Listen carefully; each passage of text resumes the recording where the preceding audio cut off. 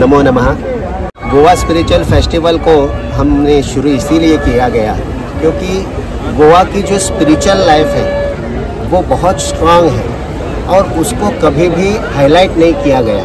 तो हमें लगा कि क्यों ना इस साइड को गोवा की इस साइड को ग्लोरीफाई करें। उसमें टूरिज़्म भी बढ़ेगा, यहाँ के लोगों की सच्ची इमेज भी लोगों के सामने आएगी और बीच जिसको आप बोलते हैं वो हमारे लिए समुद्र नारायण है। और दूसरी बात है कि बीच पर योगा हो सकता है, शास्त्रीय म्यूज़िक हो सकते हैं जो हिंदुस्तानी म्यूज़िक हम बोलते हैं, जो यहाँ के घरों घरों में बसी हुई है। तो हम अपनी जो कल्चर में जितनी बातें हमें बताई गई है, मंदिरों की ये भूमि रही है, तो एकदम देवी लहराई, शांता दुर्गा, ऐसे बड़े बड़े मंदिर यहाँ हैं।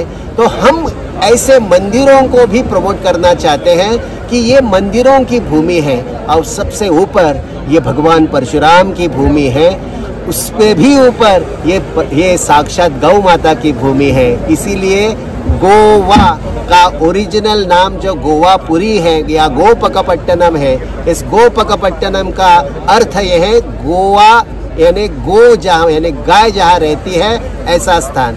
तो हम चाहते हैं कि सारे विश्व को उसकी अच्छी इमेज जो यहाँ गोवा में बसी है उसका परिचय हो, यही हमारा उद्देश्य है गोवा स्पिरिचुअल फेस्टिवल का।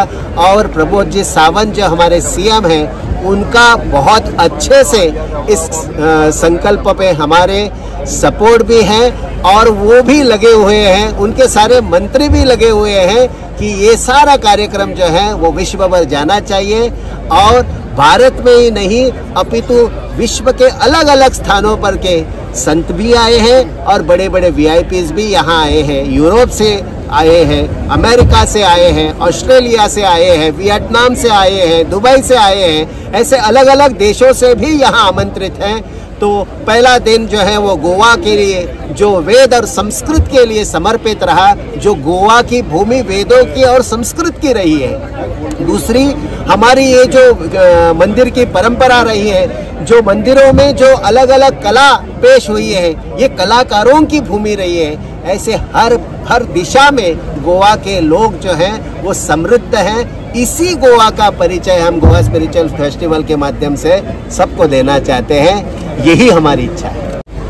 गोवा में बहुसंख्य जो है वो सनातनी है, हिंदू है, और जितने भी बड़े मात्रा में सनातनी हैं वो सबको, चाहे मुसलमान हो, चाहे जैन हो, चाहे क्रिश्चियन हो, सबको वो अपना मानते हैं। और गोवा में आप देखेंगे एक दूसरे के प्रति कोई वैसी मत्सर की भावना आप नहीं देखेंगे। सब इकट्ठा रहते हैं, एक दूसरे के कार्यक्रमों में सहभागी हो जाते हैं, एक दूसरे के घरों में जाते हैं। अच्छे से सब गोवा के लोग जो है वो परिचित है एक दूसरे के धर्म के प्रति।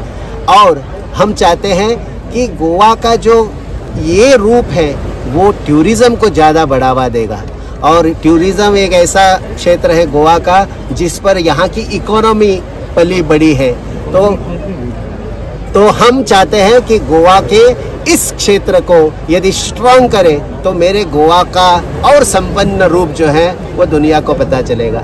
सर अभी देखा तो गंगा आरती का बोल रहे थे, ये भी समुद्र आरती, इसमें क्या डिफरेंट ऐसा लगा? आपको मालूम होगा कि सारी नदियाँ समुद्र को आकर मिलती है, तो हम यदि समुद्र की आरती करेंगे तो एक गोवा में एक भावना है। पहले सोमवती अमावस्या समुद्र के तट पर मनाते थे।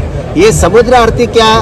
तो समुद्र आरती ये है कि हम गोवा के लोग जो है वो समुद्र को नारायण मानते हैं और इसी नारायण को जो हमें बिजनेस भी देता है और टूरिज्म भी बढ़ा रहा है, लोगों को भी खुश रखता है, तो उसके प्रति हमारे विनम्रता जो है वो पेश करना चाहते हैं। इसलिए गोवा के लोग समुद्र के तट पर समुद्र आरती का आयोजन हम आज ही नहीं कर रहे हैं, वो पहले से हो रहा है। बस अभी जो खंड पड़ा था वो हम चालू कर रहे हैं, इतना ही है। लेकिन समुद्र आरती जो है वो यहाँ हमारे समुद्र नारायण को वंदना है।